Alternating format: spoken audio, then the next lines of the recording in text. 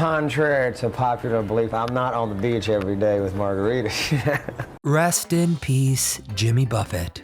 Through tunes like Margaritaville and It's 5 O'Clock Somewhere, Jimmy Buffett inspired an overworked and overstressed generation to relax, take a breather, and enjoy the good things in life. His 1996 hit, Jamaica Mistake-a, opens with the lines, quote, "Some folks say that I've got the perfect life. 3 swell kids, lots of toys, and a lovely wife.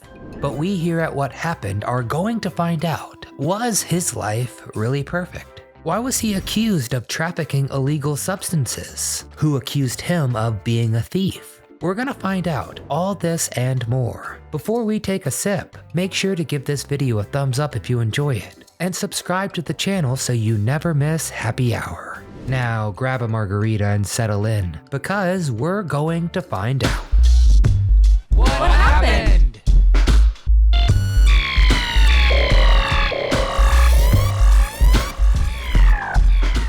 Jimmy Buffett's kids.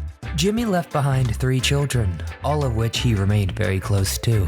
The oldest, Savannah Buffett, became a radio host. The second, Delaney, is a filmmaker.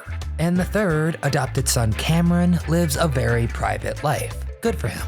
Now, Delaney is speaking out about her father after his passing, and she's talking about a very different side of Jimmy. As you might guess, Jimmy lived a very long and full life. And while the Margaritaville brand speaks to one side of Jimmy, a sanitized, easygoing guy, there is a whole other side of him that is now being revealed. Contrary to popular belief, I'm not on the beach every day with margaritas. So let's find out about Jimmy's true past.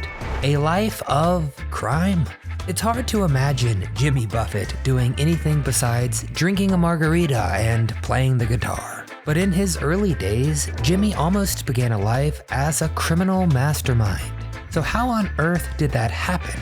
You see, before Jimmy Buffett was a beach billionaire, he was a real-life beach bum.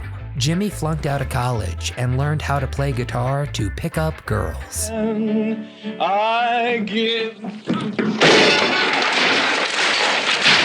Hardly a recipe for a business mogul. His first album sold a whopping 324 copies. So what did he do? Well, he went to Key West, of course, where a broke man can live like a king off of bar tips. But while he enjoyed his time boozing and strumming in the sun, he quickly found opportunities for bigger bucks. See, at the time, Key West was a huge entry point for illegal substances into the US. Jimmy was approached by a couple of fellows with a business proposition.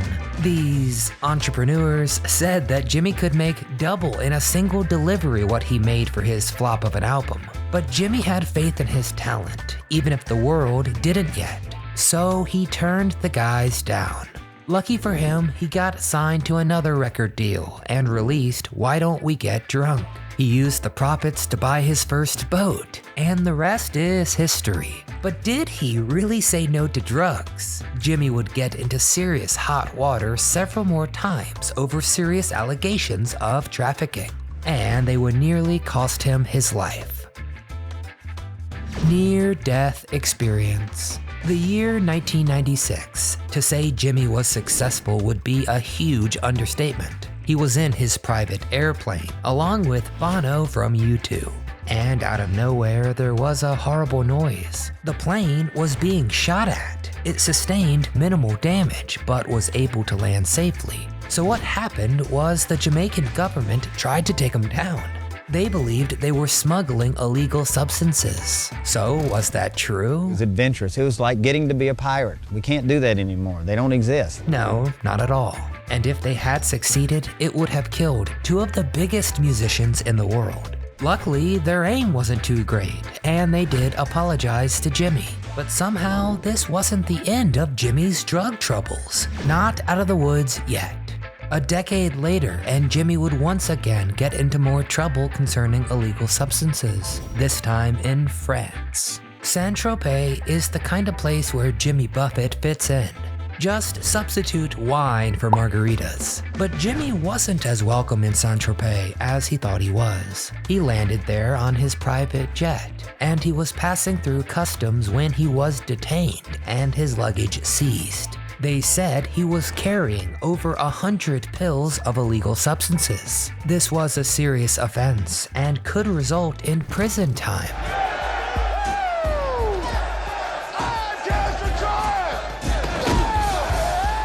Mr. Buffett's spokesperson came out and said the allegations were totally bunk and that the pills were prescription medicine. Later on, Jimmy himself revealed the mystery pills were literally just B vitamin supplements. Luckily, that was the last time Jimmy got wrapped up in a problem like that. But it's not the only time somebody has had a problem with him.